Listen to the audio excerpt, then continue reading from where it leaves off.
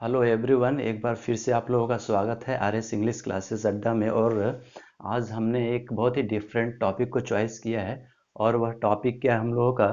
वो है हमारा फ्रेजल वर्ब्स। और आप जानते हैं कि क्या होता है, वोकेबुलरी के अंतर्गत इडियम होते हैं, फ्रेजेस होते हैं, फ्रेजल वर्ब्स होते हैं, ठीक, होमोफोन्स होते हैं। There are a lot of things जिसको हमको क्या होता है, लर्न करना होता है।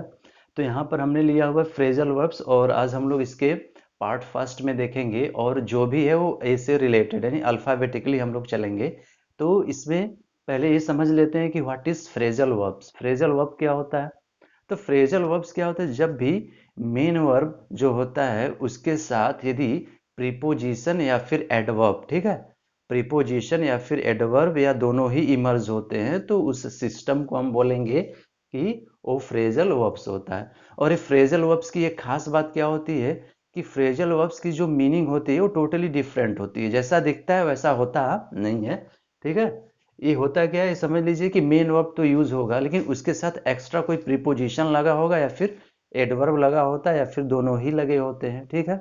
तो आज हम लोग इसी पर डिस्कस करने वाले हैं कि फ्रेजल वर्ब्स पहले समझ लीजिए, ठीक है। जैसे देखिए, आंसर फॉर, ठीक है, लिखा हुआ नहीं, ये भी प्रीपोजिशन है।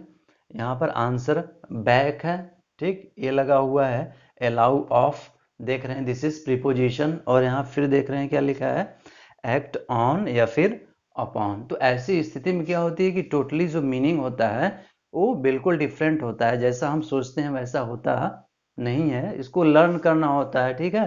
तो थोड़े बहुत इजिली, बहुत ही तरीके से हम लोग इसको देखेंगे कि आखिर क्या करना होता है इसमें, ठीक है। तो पहला लिखा है आंसर फॉर, केवल आंसर रहेगा तो हम कहते हैं कि आंसर मीन्स क्या होता है, किसी बात का जवाब देना, रिप्लाई देना, ठीक है, या फिर कोई क्वेश्चन है तो उसका आंसर देना। लेकिन यहाँ पर क्या है, यहाँ पर टोटली डिफरेंट है।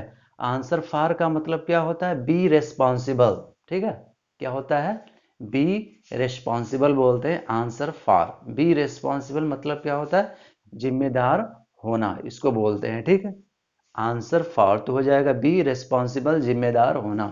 और इंटरमीडिएट में ये जो चीजें आती है तो हमको ऐसे क्लियर नहीं करना होता है, we have to make sentences, ठीक है। इनका हमको सेंटेंस बनाकर इसको क्लियर करना होता है। जैसे लिखा है आंसर फॉर बी रेस्पॉन्सिबल, तो हम ऑलरेडी सेंटेंस फॉर्म करेंगे तो क्या हो जाएगा, he is responsible for his duties, ठीक है, वह अपने जिम्मेदारियों के प्रति क्या है, वो जिम्मेदार है, ठीक है।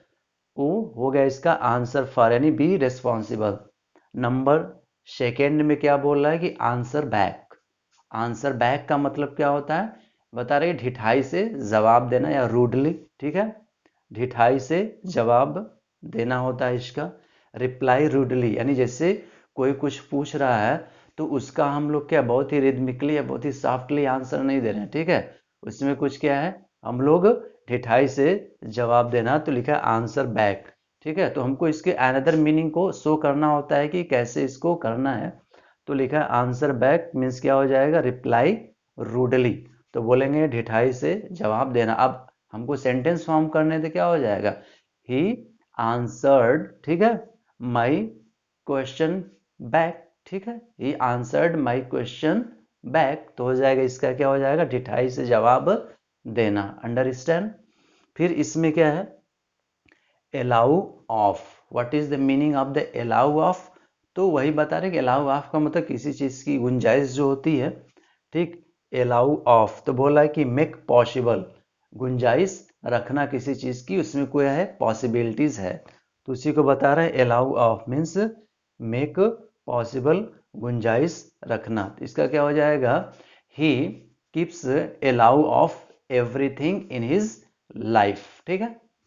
एंड नंबर फोर इज लिखा है एक्ट ऑन या फिर अपॉन, मीन्स इसके साथ हम चाहे ऑन का यूज करें या फिर अपॉन, मीनिंग बता रहा है एक्ट ऑन या फिर अपॉन। तो इसका क्या बता रहा है, पर प्रभाव डालना। प्रभाव डालने का मतलब क्या है, किसी को प्रभावित करना, हैव एन इफेक्ट ऑन या फिर अपॉन, ठीक है।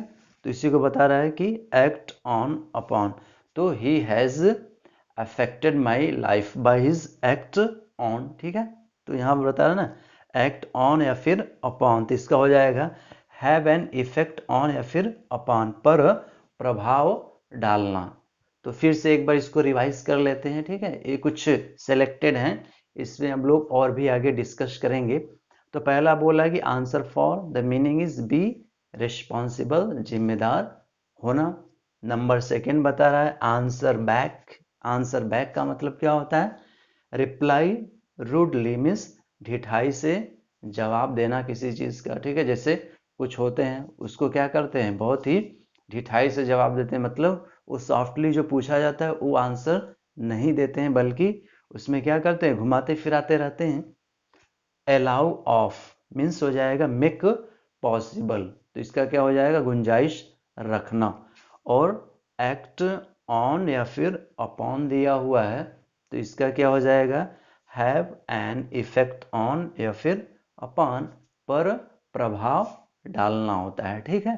तो इसी तरह की और भी आगे हम लोग वीडियोस में डिस्कस करने वाले हैं, ठीक है। तो हम लोगों का चैप्टर चल रहा है फ्रेजल वर्ब्स, और आप जानते हैं कि इनकी जो क्या कोई लिमिटेशंस नहीं होती, ठीक है। बहुत सारे ये होते हैं, और हर एक कम्पिटिटिव एग्जाम्स में या फिर इंटरमीडिएट जो है एकेडमिक एग्जाम्स है, ठीक है, और भी बहुत सारे एग्जाम एसएससी सब में क्या होता है, इस से रिलेटेड क्वेश्चंस पुटअप किए जाते हैं फ्रेजल वर्ब से। तो एक बात माइंड में रखना है कि द मीनिंग इज टोटली क्या होता है, वो डिफरेंट होता है। वो देखने में लगेगा सब, देखिए आंसर आंसर है, लेकिन आप देख क्या रहे हैं कि ये जो प्रीपोजिशंस यूज किए गए हैं क्या है, टोटली डिफरेंट यूज किए गए हैं, ठीक है। तो डिफरेंट यूज किए गए हैं तो इनकी मीनिंग भी क्या होती है, डिफरेंट होती है। तो आज के लिए इस वीडियो में बस इतना ही, तो फिर आगे हम लोग कुछ और इंटरेस्टिंग फ्रेजल वर्ब्स के साथ मिलते हैं। Thank you and take care of yourself.